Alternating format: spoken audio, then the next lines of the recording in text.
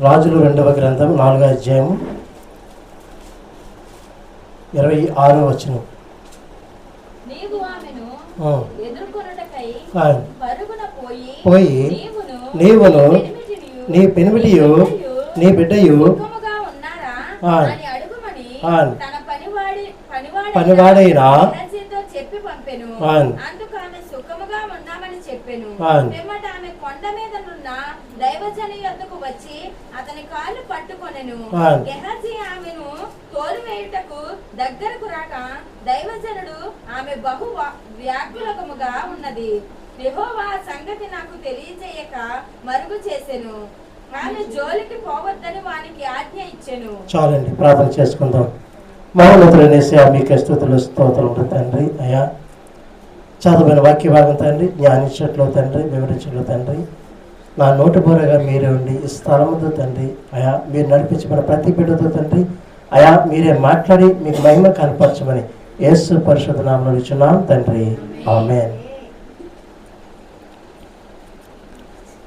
ఇక్కడ అడుగుతున్నాడు, నీవు ఆమెను ఎదుర్కొనుటకు పరుగున పోయి నీవును నీ పెనిమిటియు నీ బిడ్డయు సుఖముగా ఉన్నారా అంటే ఆమె ఎందుకు ఆ దైవజను యొద్దకు వచ్చిందండి?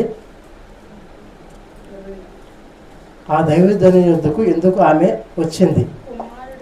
తన కుమారుడి యొక్క చనిపోయిన కొరకు ఆ దైవజనుడి యొద్దకు రావడం జరిగింది. అయితే ఆ దైవజనుడు అడుగుతున్నాడు, నీవును నీ పెనిమిటియు నీ కుమారుడు సుఖముగా ఉన్నారా అంటే ఆమె ఏం చెప్పిందండి? సుఖముగా ఉన్నామని చెప్పాను. అసలు ఆ మాట ఏ రీతిగా చెప్పగలిగిందండి ఆమె? ఆమె చెప్తూ ఉంది, మేము సుఖముగానే ఉన్నాము. అయితే ఆమె సుఖంగా ఉన్నదండి, ఎంతో వేదనతో వ్యాకుల పడుతూ వచ్చింది అక్కడికి.